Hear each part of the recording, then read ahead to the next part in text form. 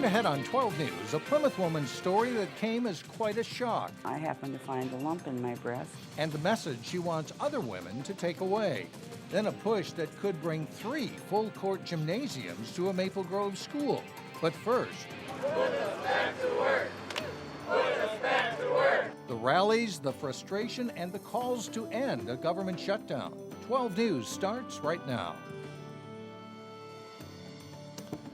As the government shutdown enters its second week, 800,000 federal employees nationwide wonder when they can get back to work. Hello and thanks for joining us. I'm Mike Johnson. And I'm Alexandra Renslow. A group of federal workers joined Congressman Keith Ellison in a rally to demand their jobs back. As Renee Bonneau reports, it's not just about getting a paycheck. Put us back to work. What's that? Put us back to work. What'd you say now? Put us back to work. On this cold Monday morning, Congressman Keith Ellison found a way to fire up this group of federal workers and their supporters. They say we're going to shut the government down, we're going to risk defaulting on America's debts, and we're going to disemploy 800,000 people, all so we can try to deprive the working class from health care. This is wrong. While Republicans and Democrats bicker over who's to blame for the government shutdown and how to end it, federal workers say they're desperate to get the government moving again. Federal workers want to work. We want to take care of them veterans who want to come to work every day and take care of the public. With impacts to services at agencies like the FBI and the Social Security Administration, federal workers say everyone has to join in their fight. This isn't just federal employees. This is your mother, your father, your sister, your brother. Everybody needs to call the government to say, please stop the shutdown. Groups like this vow to rally on a weekly basis until it's over. Shut down. The shutdown. Shut down. The shutdown. Shut down the. Shut down the. Even when federal workers do get back to work, it'll still take some time for the government to crank back to normal. I spoke with the president of SEEP in Brooklyn Center, who told me when programs and services like this stop, it takes a while for workers to deal with the backlog of paperwork. Right now, SEEP is not feeling the effects of the shutdown, but it could if it lasts several more weeks. Mike? All right, thank you, Renee. Former Minnesota Governor Jesse Ventura is comparing the government shutdown to, quote, an act of terrorism. He's pushing an online petition for people to voice their displeasure. He also says the Internal Revenue Service should prorate taxes for every day the government is partially closed. Ventura was the mayor of Brooklyn Park from 1991 to 1995. The U.S. Postal Inspection Service says there's an arrest following threatening letters sent to 7 Twin Cities post offices, including Robbinsdale and Brooklyn Center locations. 43-year-old Christina Reinecke is charged and appeared in court today. Investigators believe she is the one who sent all the letters that threatened to blow up post offices. It wouldn't be the first time. In 2009, Reinecke pleaded guilty to mailing threatening letters to post offices in southern Minnesota. The post office's impact were briefly closed on Friday. Bomb-sniffing dogs found nothing suspicious. A Robbinsdale man is one of 3 people accused of robbing a St. Paul man and pointing a gun at his 2-year-old daughter. Tang Vang is charged with kidnapping, aggravated robbery, and burglary. The criminal complaint says Vang threatened to shoot the small child if the homeowner didn't tell him where the money was.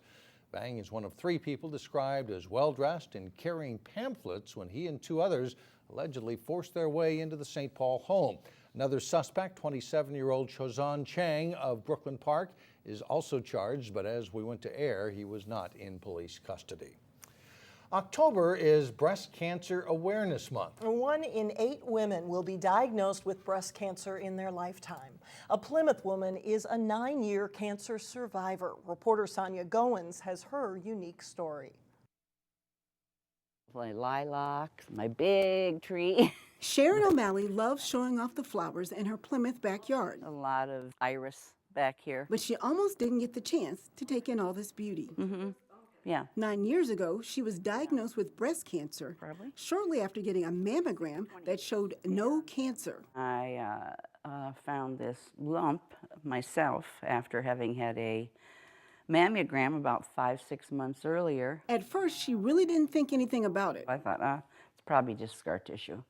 But she went back to the doctor to have the lump checked out. It was not, because they did another biopsy, sent it away, and I got a call from the doctor saying, no, it was breast cancer.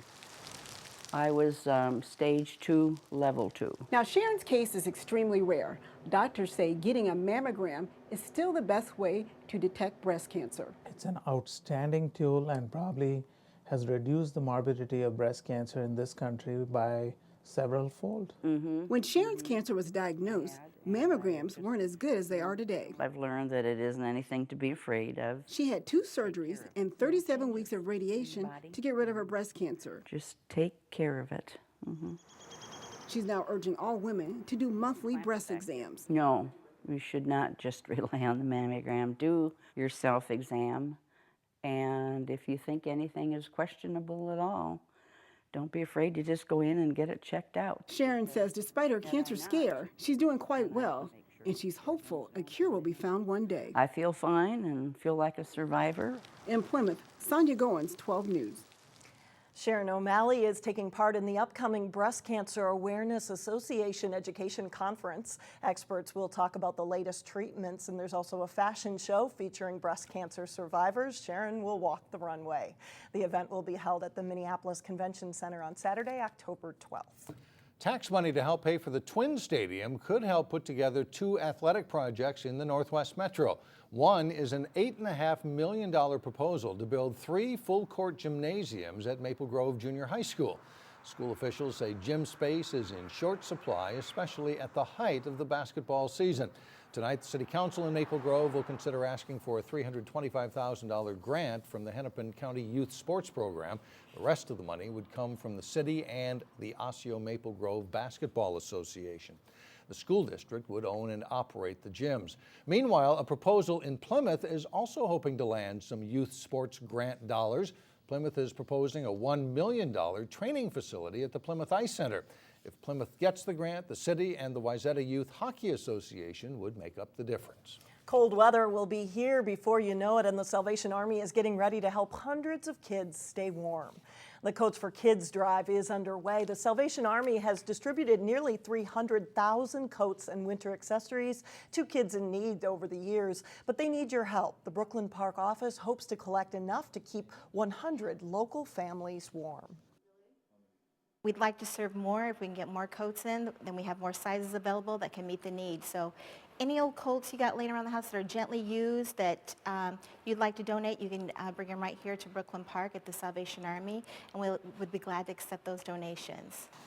Or if you'd like to help out with a cash donation, $17 will buy a winter coat for a child. They're collecting now through October 20th, and families will get the winter gear before the end of the month. Still ahead, a local potpourri of business happenings around the Northwest Metro. That includes why people will be camping out early Wednesday in Maple Grove. Then later in sports, Park Center and Osseo light up the scoreboard in their football matchup. But first, now that the weekend is over, of course, there's perfect weather for the work week. Your AccuWeather forecast shows a string of 70s through Friday.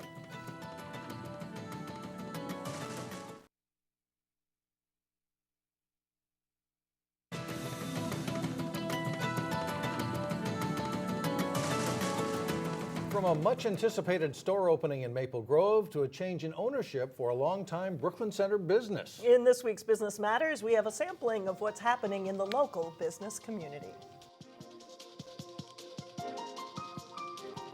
We open up on Thursday of this week, and we're very excited. The countdown is underway in Maple Grove as Atlanta-based Chick-fil-A opens its first 2 freestanding stores in the state on Thursday, with locations in Maple Grove and Coon Rapids. The new Maple Grove store will employ about 90 people. Expect a line on opening day. Fans from across the country have been known to camp out as the fast food chain gives a year of free combo meals to the first 100 in line. They can come as early as 6 a.m. Wednesday morning.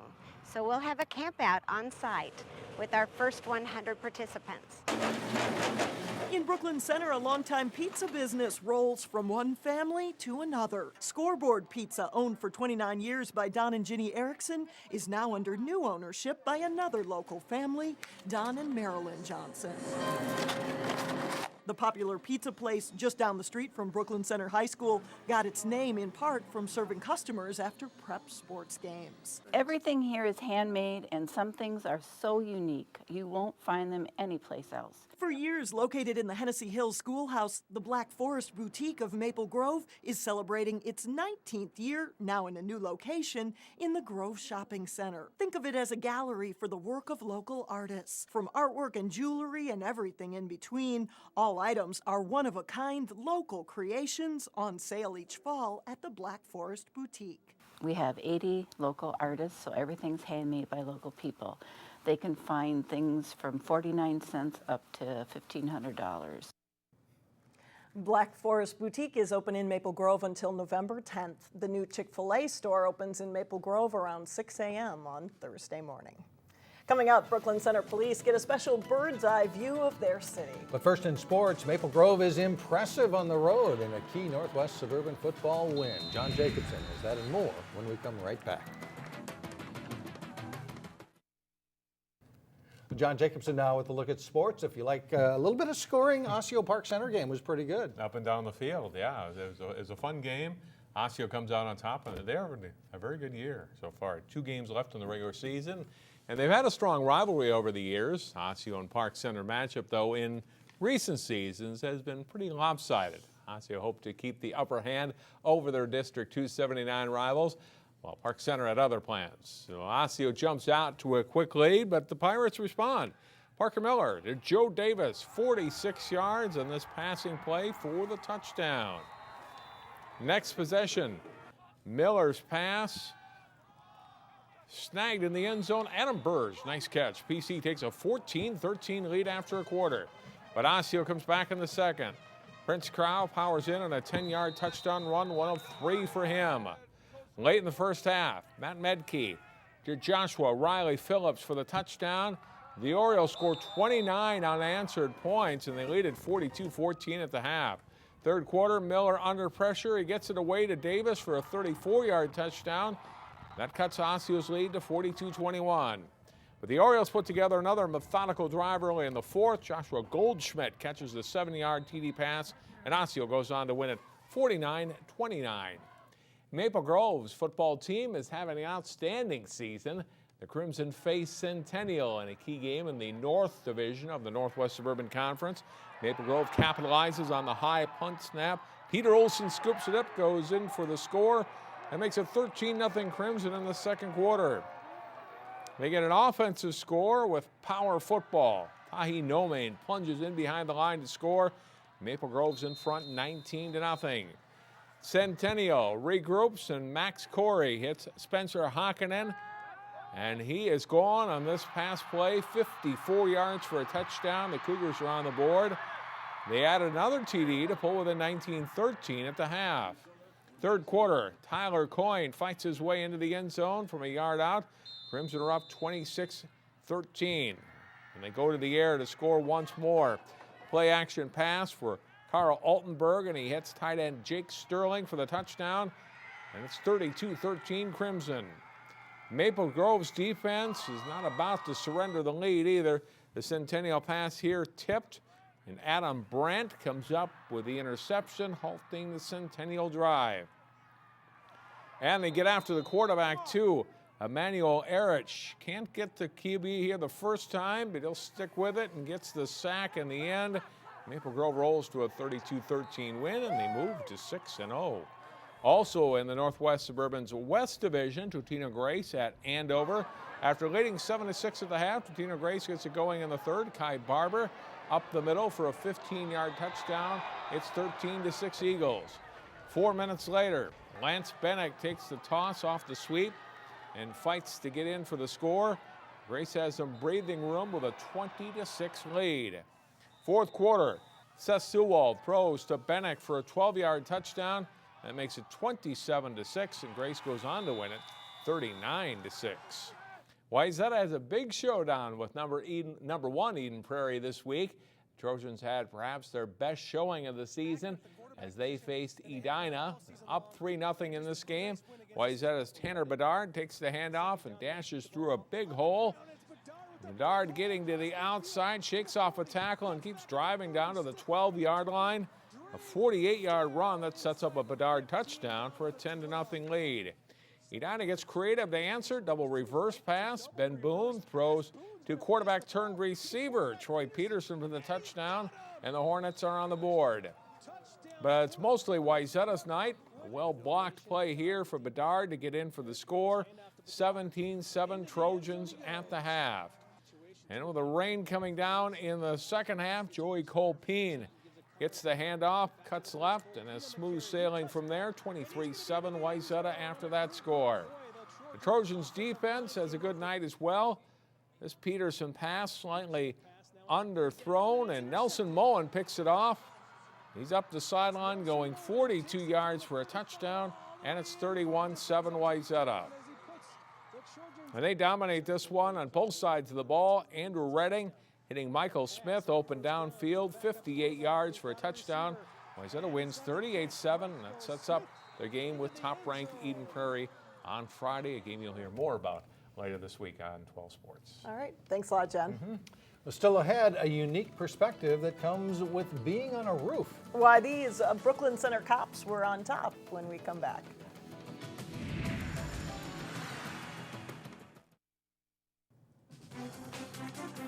Here's a look ahead to Tuesday's 12 News. Local World War II vets are back from a quick trip to Washington, how the government shutdown affected their honor flight. Plus in Health Check, how men and women approach weight loss differently. And in sports, we'll preview a battle for first place in Northwest Suburban Conference Volleyball. Those stories and much more are coming up Tuesday at 4 o'clock. There was a heavy police presence on the roof of the Brooklyn Center Cub Foods this past weekend, but don't worry, it wasn't because of any criminal act. Make sure you stop by, say hello, get a sticker for the little ones. Doing a fundraiser for the Minnesota Special Olympics. Brooklyn Center Police braved the elements on Saturday and Sunday and camped out on the Cub Foods rooftop to raise money for Special Olympics. The Cop on Top event was part of a nationwide campaign to create awareness of Special Olympics programs and to raise funds for the athletes. And the officers didn't let a little rain put a damper on a good cause. Absolutely, it is fun. That's the thing about it. That's what makes it easy to come out and raise money is we get together, we have a good time doing it, we have a good time with the community, and everything goes to a good cause. We can't ask for more than that. Brooklyn Center Police raised more than $2,300 for Special Olympics over the course of a two-day weekend.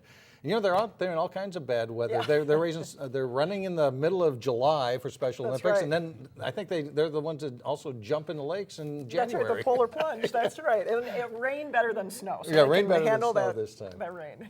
That'll do it. That's it for now. Thanks for joining us, everyone. We'll see you back here tomorrow. Community Corner is coming up next.